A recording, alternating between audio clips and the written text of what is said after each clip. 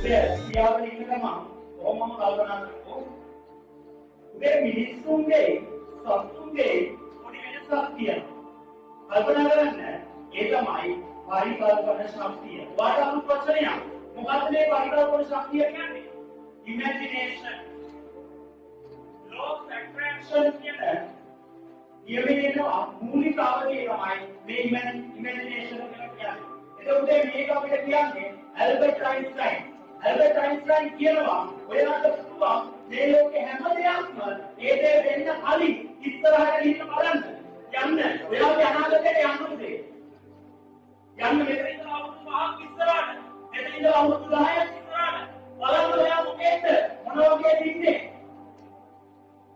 ඔයාලට පුළුවන් ඔයාලගේ අනාගතය දකින්න. ඔයා කී බලන්න. උදේ ඔයාලට පේනවද? ඔයා මොකද අනාගතේ? ඔයා බලන වාහනේ. ඔයා දැක්කද? ඔයාගේ නිින්නේ තියෙන තැන බලන්න. ඔයාගේ නිින්නේ තියෙන්නේ මොකක්ද? ඔයා කවදාවත් උදේ මෙතනදී ඔයා සිතුවක් දාගෙන ප්‍රයිවට් බස් එකක් පදිනවා දැක්කේ නෑ? ඔයා දැක්කේ ෆෙරාරියක් පදිනවා. ඔයා දැක්කේ BMW එකක් පදිනවා. උදේ ඇයි ඔයා විශේෂයි. ඔයාගේ දැනට කාටවත් එක නෑ. ඔයා ප්‍රයිවට් බස් එකක් ගත්තා නම් ඔයා අතේ ඉන්න යාළුවොත් එක්ක ඔයාගේ ගමන යන්න ඕනේ. නෑ ඔයාගේ ගමන යනවා තනියම. ඔයා හැම වෙලේම කල්පනා කරන්න ඔයාගේ ගමන ඔයා යන්නේ තනියම. මමයි කියන්න ඕනේ. මමයි එකට යන්න ඕනේ. ඔයා මේක කල්පනා කරගෙන ඉස්සරහට යන්න ඕනේ. ඔයා හිතන්න උනේ බිල් ගේට්ස් එයාගේ යාළුවත් එක්ක මයික්‍රොසොෆ්ට් සමාගම පටන් ගන්නවා. ජැක් මා එයාගේ යාළුවෝ ලක්ෂණයක් එක්ක අලිබාබා සමාගම පටන් ගන්නවා. මාර්ක් සකර්බර්ග් එයාගේ යාළුවත් එක්ක Facebook පටන් ගන්නවා. හැබැයි ඔයාගේ යාළුවත් ඔයාගේ යාළුවෝ එක්ක මොකද කරන්නේ? ඔයා ඉතින් රස්තියාගේ ඔරේ සිගරට් එකක් වුණ බෑන් කරා. ඔයා දෙකේ උන්වන්තරා සීකේ ඉන්නන්නේ කියලා. ඔයාලා කියන්නේ දිනන්න තියෙන බය. අන්නේ බය නැත්තර දවසට ඔයා දිනනවා. ඇයි ඔයා බය? ඔයා බයයි බලදී කියලා. ඔයාට ඔයාගේ විශ්වාසයක් නැහැ. අවුරුදු නැහැ ඔයා උදේ කරා. අන්න ඒක ඔයාගේ උත්සාහය. ඔයා බලන්න. ඔයාව නැති කරන්න කාටවත් බෑ ඔයාගේ විශ්වාසය කියනවා.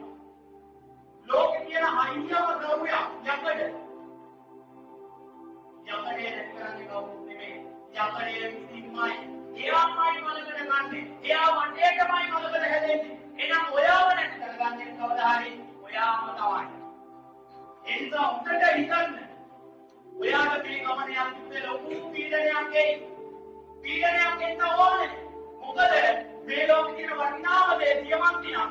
දියමන්ති කියන්නේ මේ ලෝකයේ අධිකම පීඩනය ලැබුණා. එහෙනම් ඔයාට ඒ පීඩනය එදෙන්න ඕනි. එහෙම නැතුව ඔයා නැබලෙන්නේ නැහැ. එහෙනම් මේ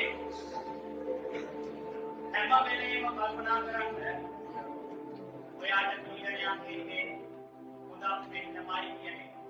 ඔයාට පීඩනයක් දැනෙන්නේ ඔයාගේ අනාගතය ඊට සමාන සම්පූර්ණ ප්‍රතිඵලයක් ලැබෙන්නමයි කියන එක. ඔයාට දැන් හැරෙන්න බෑ. ඒක මතක තියාගන්න. ඇයි? ඔයා දැන් මේ ගමනේ අවසානයේට මැවිලා ඉන්නේ. මේ උදේ හරියට වන් වේ එකක් වගේ. ඒ වන් වේ එකේ ඔයාට ආවෝවීමක් නැහැ. ඔයා දැන් යා ඉක්ුමයි. එතකොට ඔයා මේ පීඩනය කරපුවේ ඉක්ුමයි. කල්පනා කරන්න.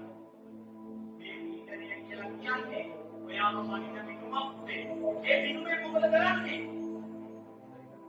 පාරදේකින් ජයග්‍රාහකයා තෝරනවා. දෙවනියාගේ පළවෙනිය තෝරනවා. විශිෂ්ටයාගේ විශිෂ්ටතමයා තෝරනවා. එහෙනම් ඔයාට මේ ගමන පුවන්නම වෙනවා.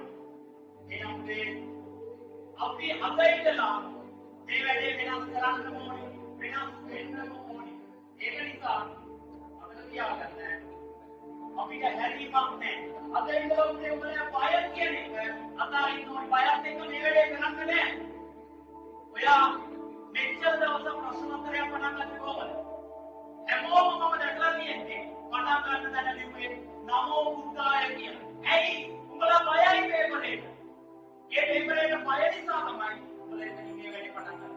හැබැයි මම අද කියනවා උඹලා අද ඉඳලා ප්‍රශ්න පත්‍රයක නමෝ බුද්ධාය ලියන්න එපා. ජේසු කීටයි කියලා ලියන්න එපා. ඇයි? උඹලා බය නැහැ කියන එක පෙන්නන්නේ. ලියපම් පේපරේ උඩින් මම දිනනවා මම්මගේ ඊමේල් යනවාමයි. මොකද අපි කියන්නේ කෑ ගහලා තියෙන්නේ මොකද කියන්නේ? අයියේ කෑ ගහලා තියෙන්නේ මොකද අපි කියන්නේ? මම අයියේ මම අයියේ මම මම්මගේ ඊමේල්